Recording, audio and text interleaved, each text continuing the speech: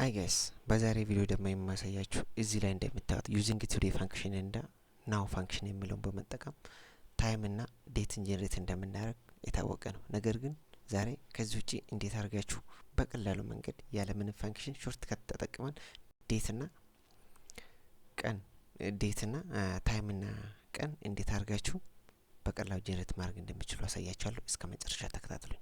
ባይ ዘ ዌይ ለዚህ ቻናል አዲስ ከሆናችሁ ቻናሉን ሰብስክራይብ በማድረግ ጀምሩ። ቪዲዮን ደግሞ ከወደዳችሁት እንደምትወዱ ደግሞ እርግጠኛ ነኝ። ላይክ እና ሼር በማድረግ ሰፖርት አድርጉኝ። ኦኬ እዚህ ጋር እንምጣና በመጀመሪያ እንዴት አድርጋችሁ ቱዴይ ፋንክሽን እንደምትጠቀሙ ላሳያችሁ። እዚህ ጋር እንምጣና ቱዴይ የሚለው ይሄው እንዲናደርጋ እቺኛው ከዘጋን ምን ይመጣል? የዛሬ ቀን በዚህ ልክ ይመጣል።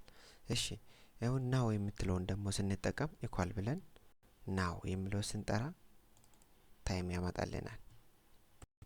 ይሄው የዛሬ ቀን ያመጣ ከዛ ታይሙ 4 አምጥቶልናል ማለት ነው። ኢትስ ኦኬ።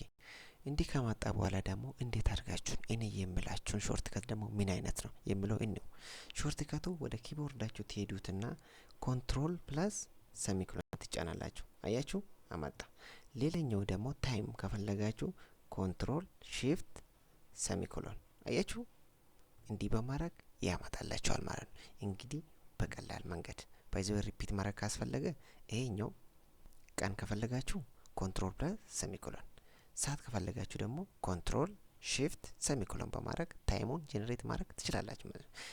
ቪዲዮን ከወደዳችሁት በላይክ አሳዩኝ።